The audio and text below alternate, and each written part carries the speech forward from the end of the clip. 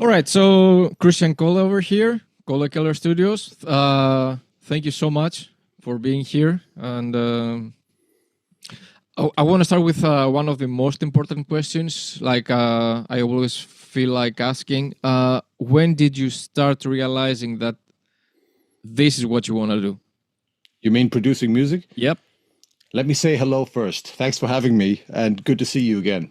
And looking forward to seeing you again at MetalCon this month, but we will probably talk about this later. On to your question. Producing music, well, I started like pretty much every producer as a musician, trying to become a rock star. And at some point, I realized I really preferred the studio situation to the live situation. Live is more adrenaline. It's more, the power of the moment. And studio is more detailed, more focused, less adrenaline. Yep. But you create something for eternity. And for me, that was my way of doing things. So I started recording myself as soon as I could, my own music on a 4-track when I was, 15 or something. And okay. Pretty early. Pretty early. It wasn't mine, but at a local youth club, they had a 4-track, and I could go there once a week for 2 hours and could record 4 tracks. And I moved on, and I think it's a typical story of me recording my own band, and then the band in the rehearsal room next door finds out, oh, that guy has some gear, and they show up, and then you suddenly turn into a producer more and more. And one day you wake up and go like, oh, I have become much more of a producer and much less of a musician. Yep. Yeah, I totally feel you. Like, I'm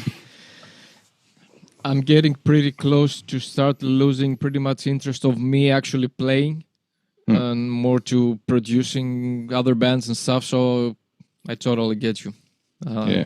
It's a totally different approach, but still pretty much creative. So yeah, if you find band, it depends. I mean, it can be a technical job, or it can go very far into the creative space. I've worked with bands where I was pretty much another member of the band, where I was also either a part of the songwriting or of the pre-production or of the arrangement of the song and anything in between. And that's the beauty of this job, that it can be anything from twisting knobs up to writing songs and anything in between. Absolutely. And now you've reached, you have your own studio pretty much, pretty well known as a producer.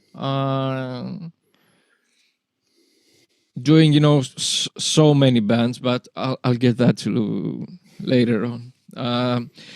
Now, do you ever look back to your early mixes? Like just...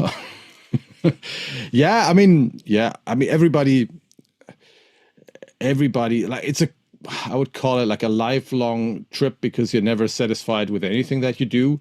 Yep. And that's the same here. And I think that never ends. So for anybody starting out, that's the bad news. It kind of never ends, and you always find something to improve or something to change, or maybe your taste changes or whatever. But I've been doing this long enough to know that you go through several stages. So like after a year, maybe you hate what you've done, because you find a certain detail that you don't like about a mix last year that you could have done better, and then you stop listening to that mix because you feel it's terrible, subjectively.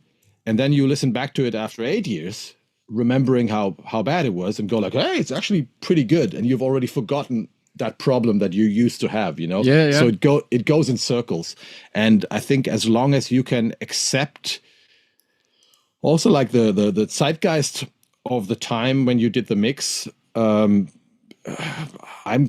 pretty happy going back to a lot of the older work that I've done. If I listen to something from 2005, of course, it's not going to sound like I do it today.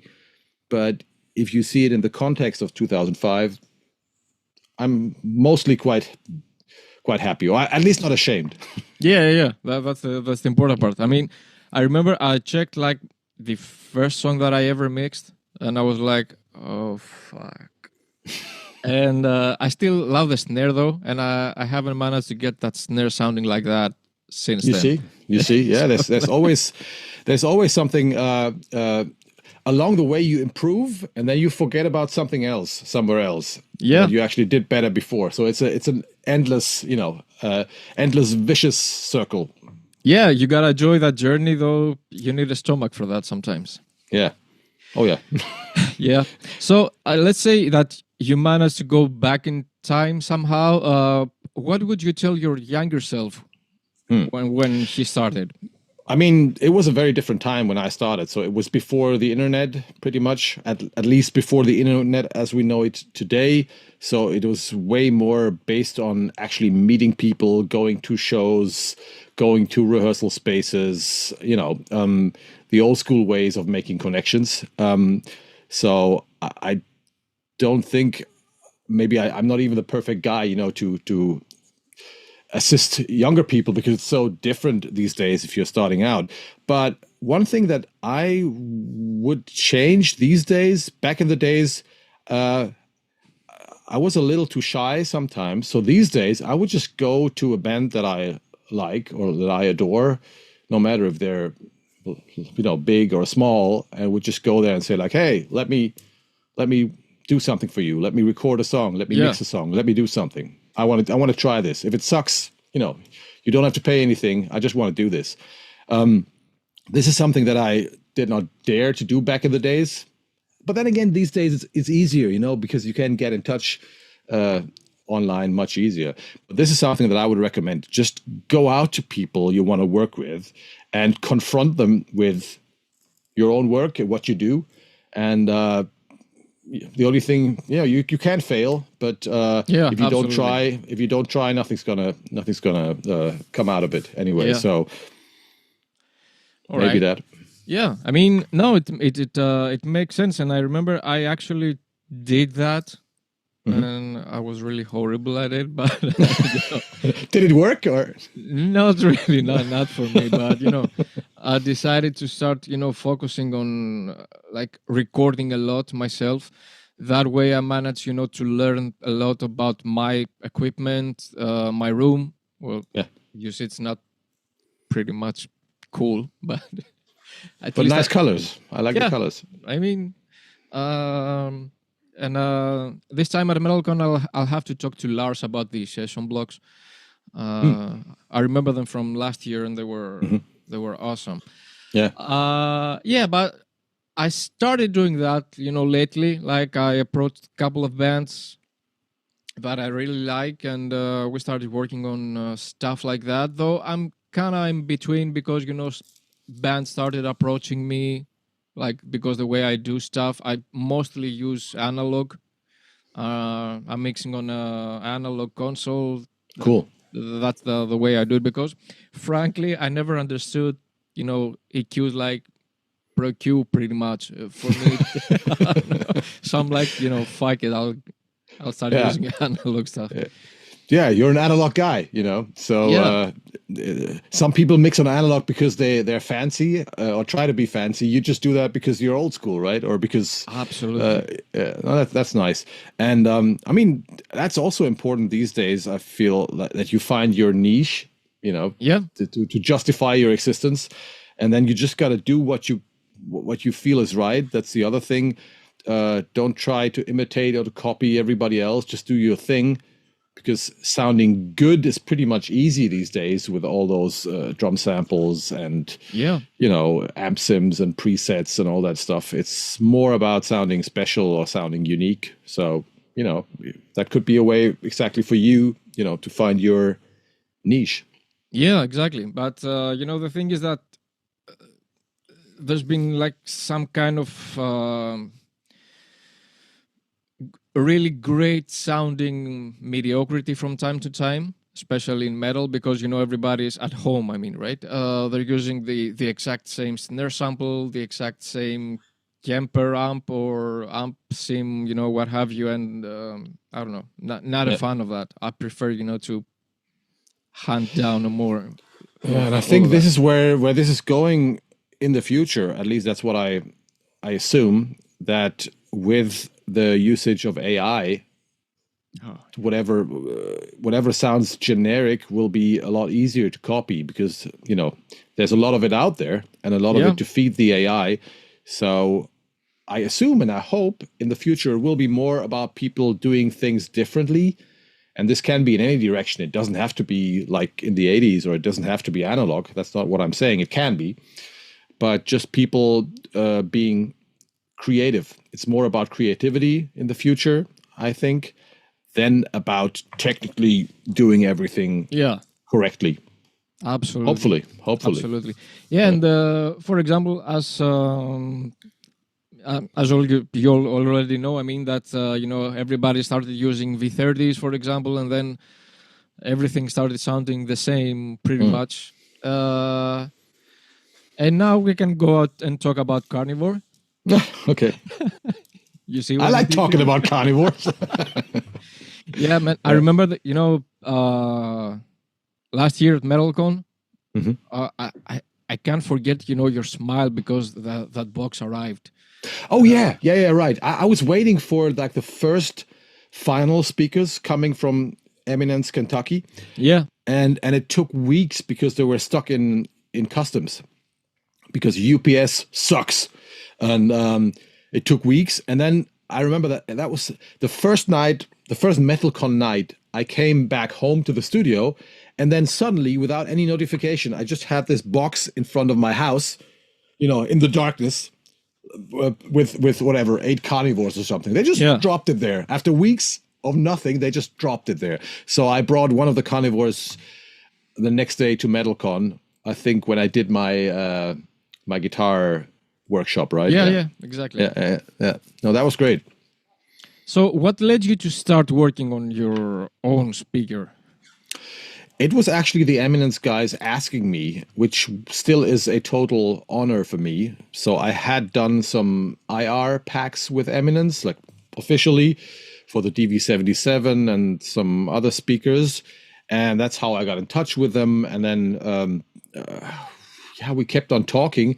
And it was at the NAMM show 2 or 3 years ago that I visited the booth, and then they sat down with me and said, like, we want to ask you something, what about a signature guitar speaker?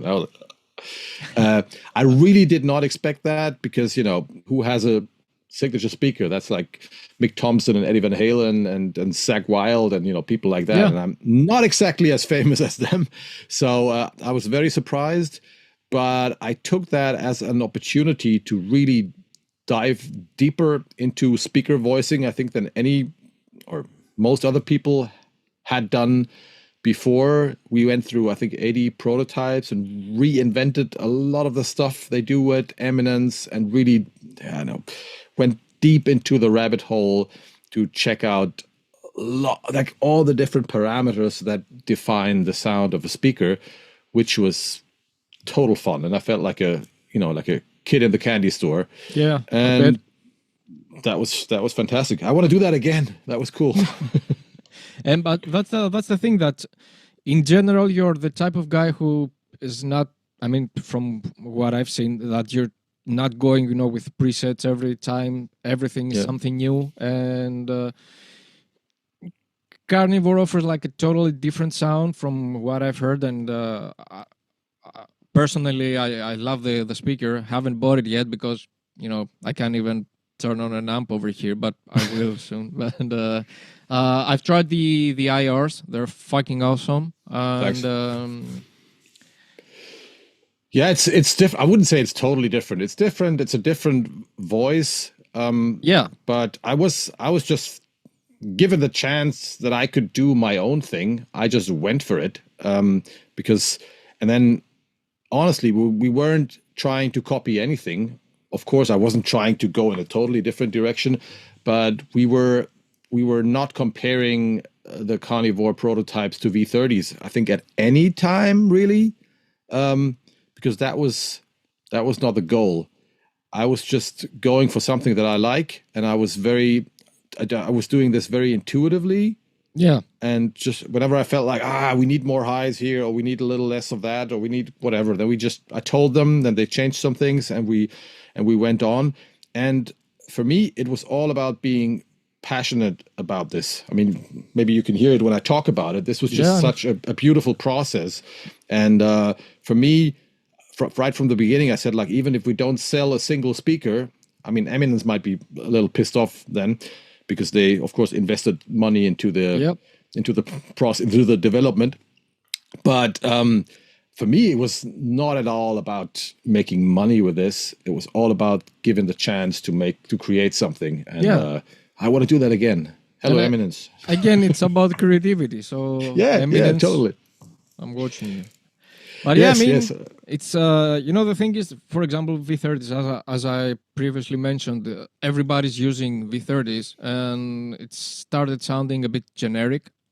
And for example, I remember when I was going to buy like a 2x12 cabinet, and I was like, creamback, V30s, greenback.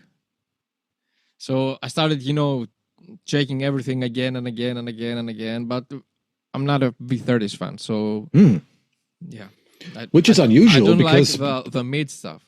Okay, yeah, which is I mean, there are actually more people than I thought with exactly your kind of your taste. And on the other hand, it's interesting because having listened to 20 years of V30 music in metal, our brains get very much programmed for that tone as well. Many get tuned to it. So that's what's, because there's no right and wrong in a distorted guitar sound. I mean, it's just ask my grandma. It's all noise. but like you said, we get tuned to a certain tone, and that is very much the V30. And there's nothing wrong about it because it sounds great. And I could just see a certain desire in metal production for people to find something else. And I think the Karnivore just hit a certain, satisfied a certain desire there, more than I actually expected. Because when we did the speaker, I thought people are going to use the same, guitarists are conservative, so they're going to use the same speakers anyway. They're going to go for their greenbacks or V30s, and, maybe some weirdos are going to try the Karnivore. But we've sold so many Karnivores now, and I got so much feedback, so many comments and emails coming back. Thankfully, I underestimated the desire of the people to find something else, and that's great. There's like probably one of the oldest photos of me where I'm just like a little kid holding a tape right in front of the deck, and they let me actually mess with the EQ. Okay. And you see this. You did the V curve, the scoop. Yeah, like before it was cool. I don't know. Nice. Nice. So, talking about, you not working with presets and going different directions, you also started the Kohle Audio Kult, where I also see that pretty much every time is a different approach where you tricks and tips, and I've learned a lot from that on your YouTube channel. So how did that all came to start? I started YouTube. I was kind of forced into YouTube by the URM Academy, the guys who do Nail the Mix. Yeah. That mixing format. So they invited me as a producer because I was just a producer for 20 years or something. And they invited me to do a Nail the Mix session with the band Aborted, like 6 years ago, like right before COVID. Yeah. And so I did that. That was the first time on camera for me speaking English. Okay. And I was very nervous, and that went really well. And then they asked me to do YouTube videos on their channel, on the URM channel. And I remember back then, for me, I was thinking about it because for me back then, like YouTube was like, as a serious producer, YouTube was like what TikTok is for me today. A little bit like, that's for. I don't get it. It's not, that's not serious stuff, and I wasn't watching any YouTube videos, but they talked me into it, and I could do whatever I want on the channel, and it was really successful from the start, and their channel grew really fast, and I was like, wow, people actually seem to enjoy listening to the German guy nerding out about this stuff, And at some point, I thought, why don't I do this myself?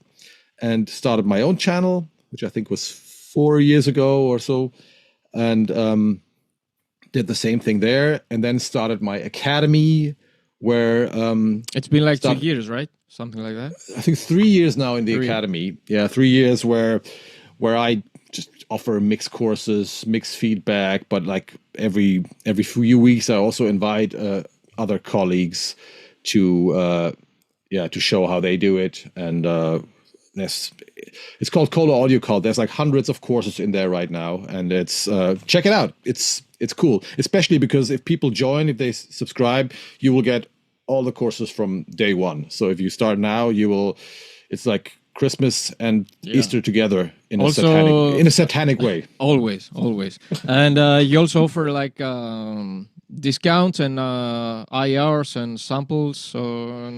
So yes, I offer some IRs and samples. Not so much. I haven't really done the drum thing, but I did some IR packs, which I think are, again, cool right out of the box, great sounding IRs.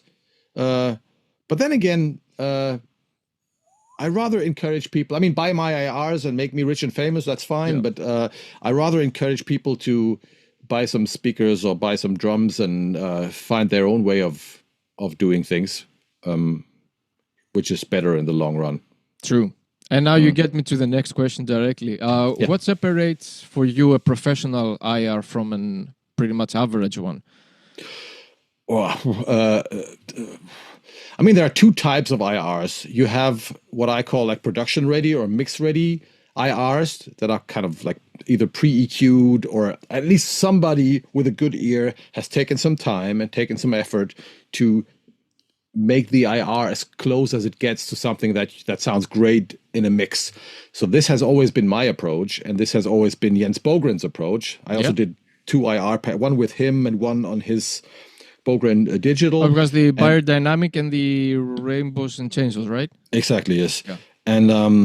And so we both, I think we talked about this early on. We both felt like that's what we want to do. Just like give people whatever 15, 20 IRs with names that tell them something about the tone. So it's called Big Balls Bazooka or something. That will tell you something about how it's going to sound. That was our style of doing things, which I think is good, especially for people in their home studios, or for guitarists who don't have any real knowledge about miking cabinets, or also who don't have a room for this, don't have the space and can't go loud, blah blah blah.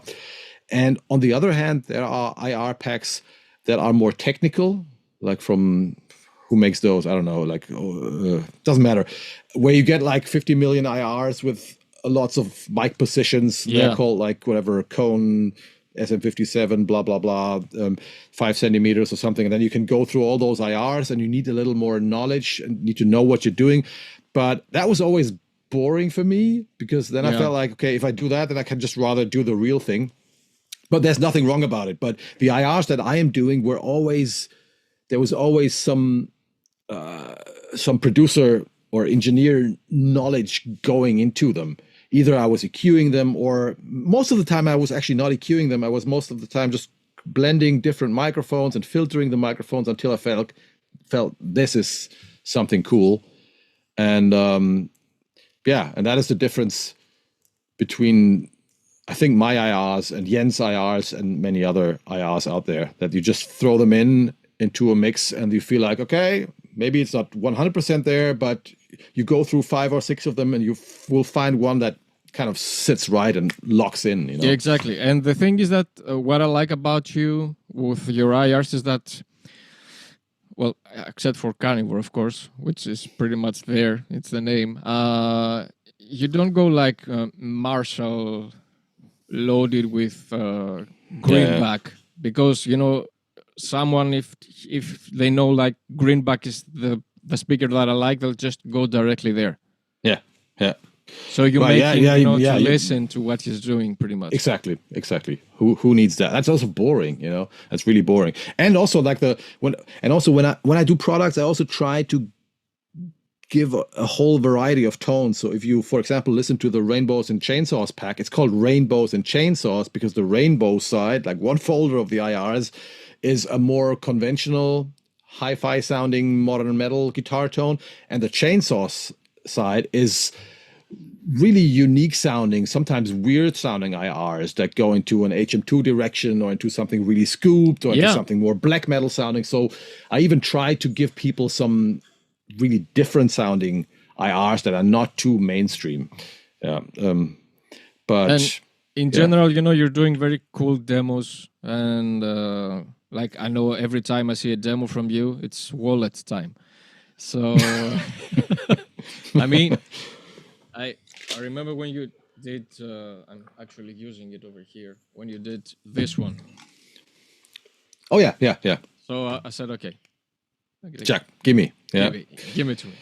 Yeah, and I also try not to do any bullshit on YouTube. I hardly do like straight product reviews, and I think there's no single video that I did in the last 5 years or something where I, was trying to sell something that I didn't like. I'm exactly. Yeah, that's the important part. Yeah. So if I like something, I'll do a video. And these days I'm really getting like emails every day from companies asking for reviews, and I turn down 95% of it because I'm not interested. And I'm not a full-time YouTuber. Yeah. Which helps, because if you are a full-time YouTuber, unless you are Ola Englund or somebody really, really big, you have to do a lot of videos and a lot of paid reviews to survive. I don't have to do that, and I'm happy about that. I just do what I want, and if I don't do a YouTube video for 4 weeks, I don't care. So you don't care about trying to actually balance your YouTube channel? Yeah, I'm having fun doing the videos, and there's always something going on, but I don't mind. I haven't even decided. Right now, I just have one finished video that I could release. Maybe I'll release it this week, maybe not. Maybe I do it next week. I don't know. I do this very, very intuitively, and I don't have any like a business plan for YouTube, and I say I have to release a video every week and on that day at that time or something.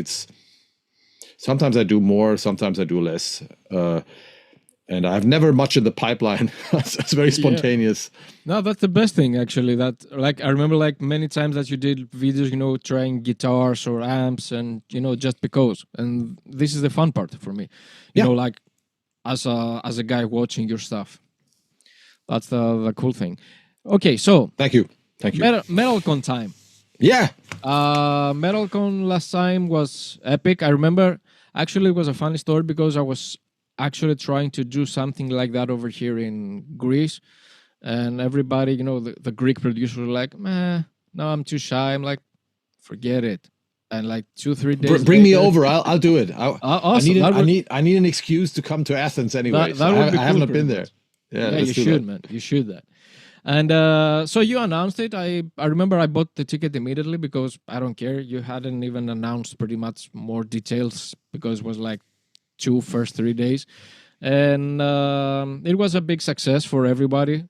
And now we're going to number 2. It's time for the second one. Yes. What can you tell us about this? Yeah, if people don't know what MetalCon is, it is a 2-day event at a really nice place in Berlin this time called House of Music. And it is a combination of workshops and masterclasses about metal sound, both guitar tones, bass tones, but obviously also production and mixing, with a lot of awesome producers like Jacob Hansen and Jens Bogren and Lasse Lammert and Moses Schneider and many more. Just have a look at the website. So we've got producers from all kinds of metal genres, like from old school to modern, and we've got, I think, more than 40 different workshops and panels and masterclasses. You can watch Jens Bogren mixing Creator. You can watch Jacob Hansen mixing the latest Arch Enemy single. And there's so much more. You can Mendel, ex-aborted guitarist. He will show you how to dial in great guitar tones with plugins. Then there will be panels about room acoustics, about mixing with headphones, about so much more. But that's just half of it. The other half is that we have 20 something rooms this time, like rehearsal spaces, where a lot of different pro audio and guitar brands will show their gear, like at a NAMM show or at Guitar Summit. Just more cozy, and you can go loud. Yeah. So we have Marshall amps there, and Driftwood amps there, and PV amps there, and a lot of guitar gear and hard-bass guitars. But we also have SSL and Harrison and AEA microphones and Austrian Audio microphones and Steinberg with Cubase and lots of awesome brands. So you can check out gear all day. You can go to masterclasses, workshops. You can meet a lot of fellow metal musicians and producers. The first evening, we even have a band playing because there's a club next door, so you can have some beer and watch a great band playing live. And it's going to be 2 days packed with fun. You remember from last time when we did this much smaller, it started at, I don't know, 10 and it ended sometimes at, I don't know, last time it was like midnight, and it was just it was past midnight, I think. Yeah, this time it's not going to be that long. You know, that's the thing. We actually didn't want to leave. I remember most of us didn't even care about food. Yeah, it's like forget food. I don't care about food. It was the same for me. I didn't even sit down. Like, the whole day was packed with information and courses, and it was great. And this time it's bigger. There's a lot of people coming, also like other producers and musicians coming that are not like official mentors. And I think this is going to be a fantastic event for anybody into metal and sound. And you will meet a lot of professional, semi-professional, or hobby producers there. And at least last time, everybody was so cool and so friendly, just like you know, so everybody made friends, and it's gonna be great. That's the thing, that there's something I want to stand on. That I remember when you started advertising MetalCon, you talked actually a lot about networking, and I was like, at first, like, okay, sure, but after that, most of the guys who were at the first MetalCon we still talk. We became pretty good friends, and that's the thing. That's the networking that you talked about. And besides that, for example, I'll talk about myself. Like, I was just a guy who liked your videos and commented, every now and then on YouTube, and you just pressed like, and now we're over here doing this interview, which obviously is a networking thing. Yeah. So I don't know. Yeah, it's real. It's real. That's what I mean. Real people getting together, and still in this age of digital, this is something that's different. If you actually get together and have a beer or a Coke or whatever you drink together and talk, it's like. It's a real thing, and that's what I heard from a lot of people. Like, same story. And I mean, you are now like a part of the diehard core of like the original MetalCon folks, because it was only 50 people per day last time maximum. Yeah, pretty much. So I'm sure you're gonna meet a lot of friends from last year in Berlin this time. Yeah, of course. And the first time was actually pretty great for me, because actually, I met people. I took a lot of things from MetalCon, apart from, meeting you guys and all that. Like Charlie Barfine, he was like one of the guys that when I listened to the albums that he produced when I was a kid, I was like, how the hell is he doing that? I must know how. It was pretty good. Jaime and I became friends, and he plans on visiting anytime soon in Athens. Great. So, great. You can't get that from just comments. That's and the cool thing is also, like, all those producers, normally people don't see them and don't meet them, and I gotta say, also from doing all the courses for my academy for Kohle Audio Kult, so I have been traveling around meeting a lot of fellow producers. Those guys usually all sit in their studios, so they really enjoy finally making it out somewhere. So I remember those guys like Gomez and Nolly and David Castillo last time and Stefan Buhmann, even if they're sometimes like living in the same city or something, they hardly know each other. So they got together and they were super excited, not only about meeting colleagues, but about meeting like real people like you out there who actually listen to the albums and getting a feedback. So for everybody was highly excited. And I assume this will just get better. So everybody come to Berlin end of April. Absolutely. Have a beer with us. My only advice is that, or I don't know. Last time I talked with Lasse, we pretty much made a pact that we're going to be stage diving. Okay. So, nice. Yeah, Lasse can be fun. Yeah, I'm that way, but I just need, beer fuel first. No problem. We have beer in Germany. My only advice to people who are gonna watch this or MetalCon in general is that, from my own personal experience, is that you start, just being some guy, and you go to that guy until you manage to be the guy. Yeah. So I'll see you there too, obviously. And now, what did you learn from MetalCon? That's a question I'm not prepared for. No, I think it's very interesting to hear, especially when I did my own workshop, is to hear what people actually want to know.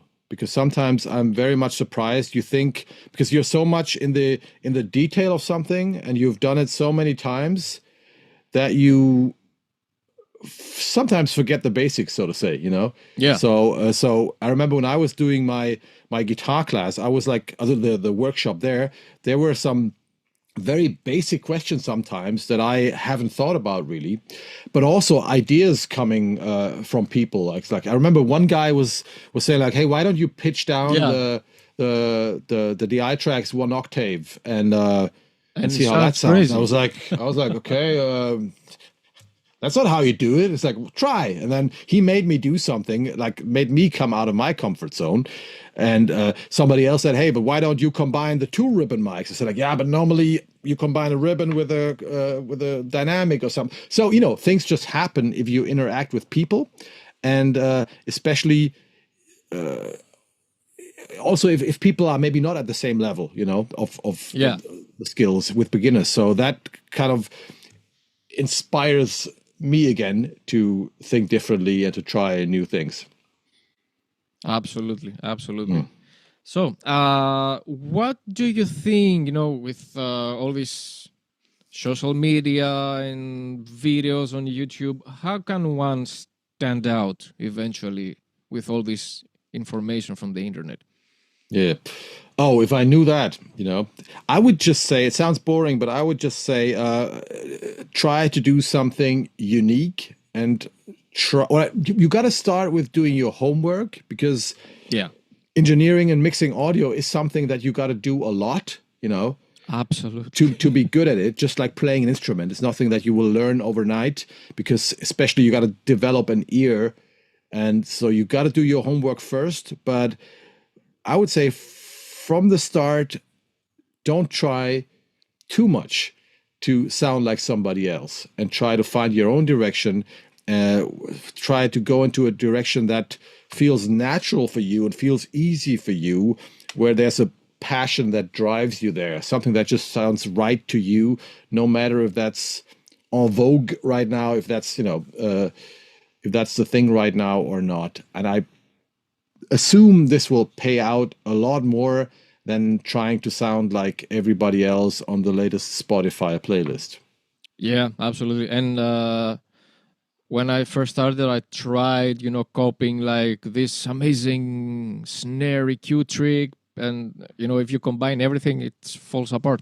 Yeah. I mean, you can, it makes sense to try things and to find out what works for you and what not. I've seen many tricks that I don't care for. But don't get, and even me as a YouTuber, don't get too deep into the how do I describe that? Try to find your own way of doing things. You got to do your homework. That means you got to be able you got to have the basic skills to do a good recording and to do a good mix. And you need a good monitoring environment that you actually know. That is important. But from there on, you can get inspired, but it's really more about doing your own thing than trying to copy others. And I gotta say, I never watch any YouTube videos from anybody else, and I never download any IRs from anybody else, and I never download any samples from anybody else. I just don't do that, not because I force myself not to do it, but just because I'm not interested. And I'm also not interested in whatever, who used which IR or amp sim on any latest production. I just don't care. And the longer I do this, the more I get like this, that I do my own thing. And if that works, it's great. And if it's not the right thing, then it's not. Actually, for me, music is a bit ruined lately because I just started hearing details that I'd never check out, before going dive into that. And this brings me to some more of advices or technical questions, like you layer, guitars that sound amazing, not sizzly, not totally balanced. You layer stuff and you always experiment, and your mix also sound pretty cool. Like I remember, the time that Melek's song came out. I was about to start mixing a song, and I'm like, nope, I'm done for today. So, how do you do that in general? You mean blending guitar tones or creating guitar tones? Yeah, and a good mix, obviously. A good mix, obviously. I have my go-to things that I kind of repeat, and I have my go-to plugins and my go-to EQs and compressors and things that I repeat. But over the years, I have tried to stay as open as possible. One thing I do is I usually talk to the band about what they want. I ask them, do you have references, or can you tell me what you want? Do you want to sound very modern or rather old school or raw or polished or bright or dark or whatever? And trying to find out what they want and trying to interpret this in a way that trying to find out if it makes sense or not. Yeah. Then I'm trying to develop my own vision for something. Where do I want to go with this? Which already pushes me into a certain direction. And then, for example, if we go back to Melekesh, we were actually recording the guitars here in the studio with Ashmedi, which is always easier because, you're in the same room, you can try stuff, and that's easier than just reamping guitars for somebody who is on the other side of the world. Of course. But I remember we had a video call before that talking about what he was looking for in a guitar tone, and then he could not bring any amps. He just brought his guitars.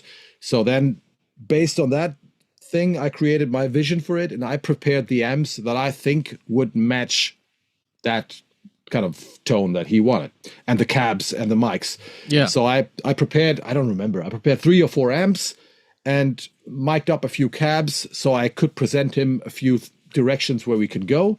And usually I wouldn't say spot on, but usually there's something that's goes into the right direction.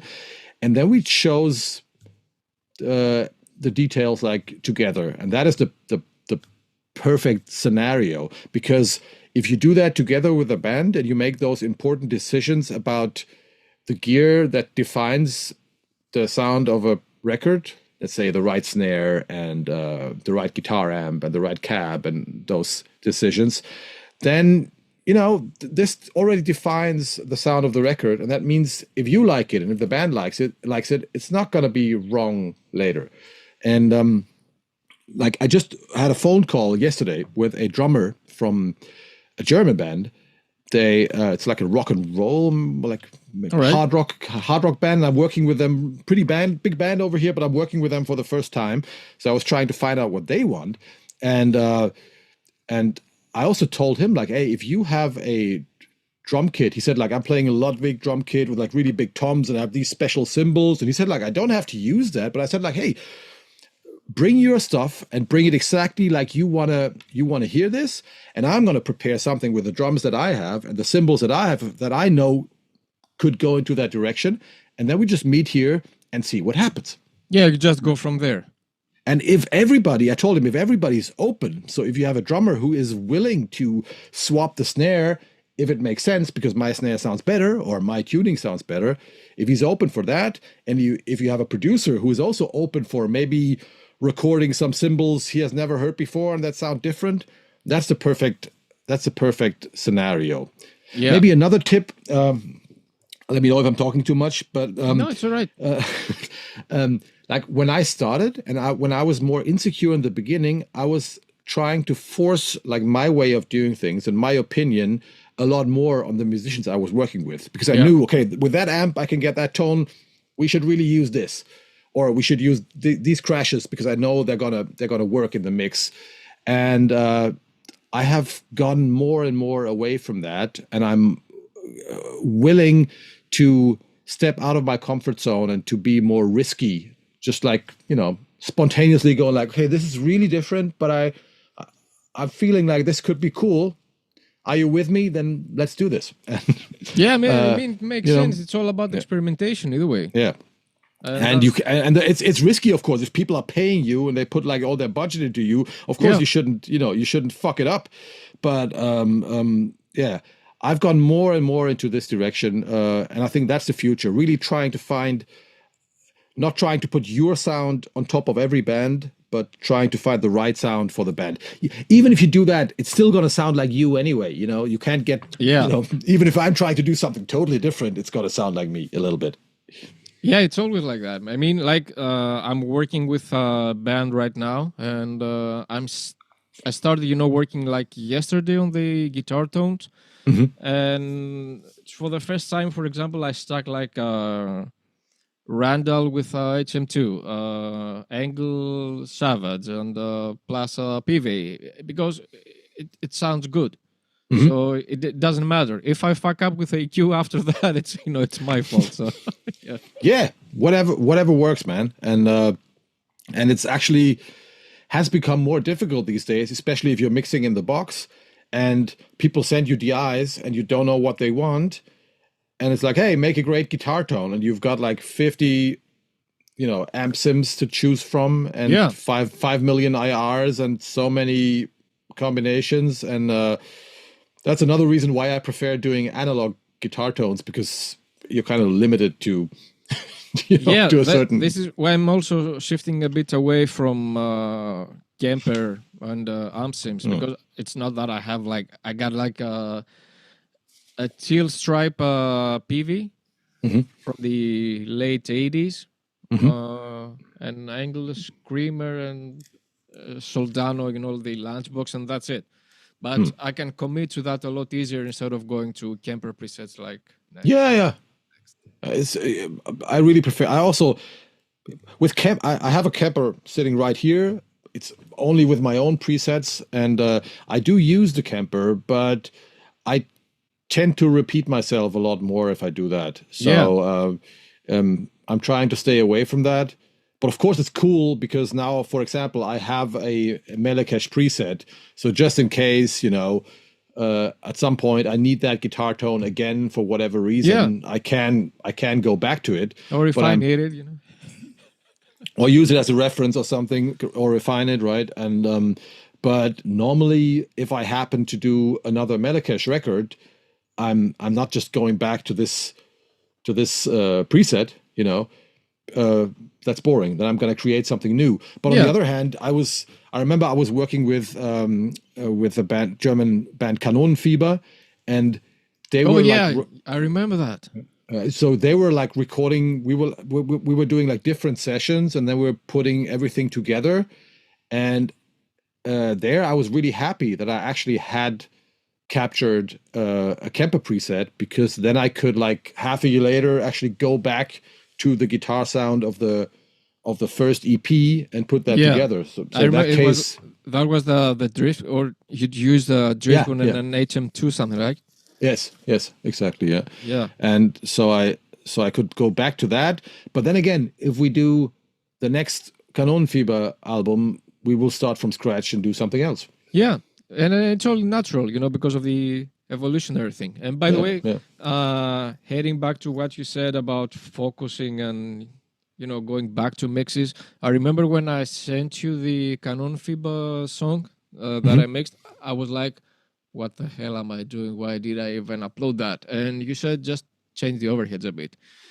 So you just learn to embrace it more. The fact that you don't like your mixes and you never will. You just learn to ignore it. That's yeah. But then again, if you have someone, it can be in my academy, or it can be a friend, or it can be someone you work for, whatever. But if you have like another opinion, somebody who knows his shit and gives you a feedback on your stuff, that's also important, because I think a very important mistake that people do, I see that in my academy a lot, is that they just get lost in mixing. Yeah. And then I listen to something for 10 seconds and I've become pretty good at that, just listening to it. And so like, okay, these are the 3 main problems with this mix. I can tell that after 10 seconds. I say like the kick drum is too boomy, the snare is too loud, and the vocals need more reverb, or there's too much 3K on the guitars. And when I tell them that, it's like, they go like, of course, because sometimes in Germany you say you don't see the forest because of too many trees, because, you don't get the whole picture. And so that can be very helpful for someone to like, take you back and show you the whole picture. And then it's just like, of course. And then it's just like three knobs and everything gets like 50% better. Yeah, I mean, it makes sense. And that's the only thing that I thought that it was perfect was the overheads, and I didn't like anything else. But okay, but you said that I have just to smoothen out the overheads and everything. Yeah, maybe you were too happy about the overheads, and that's why you pushed them to or something, Exactly, and that's the thing. I mean, sometimes I see a pattern, like most of us, over EQ things at first, and everything starts shifting out. So it's there's too much too much processing, because it's available these days. You can't throw 50 plugins on every track. And this is why I'm going, towards analog things. And after I come back from MetalCon, I will be moving, because I finally managed to buy an apartment that I was telling you about. Not the one with a basement, unfortunately. Just a small room, but still I can, work with that. And I'm going like full everything you demoed. Yeah, let's hope that I can make it to Athens soon. I'll check it out. Absolutely. So we're done. I want to thank you so much for being here again. Thank you. And I'll see you in 3 weeks? 3 weeks in Berlin. I'm heavily excited. Oh, trust me. When is this video coming out? Like soon or Monday? I'm going Monday. For Monday. Yeah. So happy Monday, everybody! Come to MetalCon and meet us and have fun with us. Absolutely. Thank you. Thank you. Bye bye.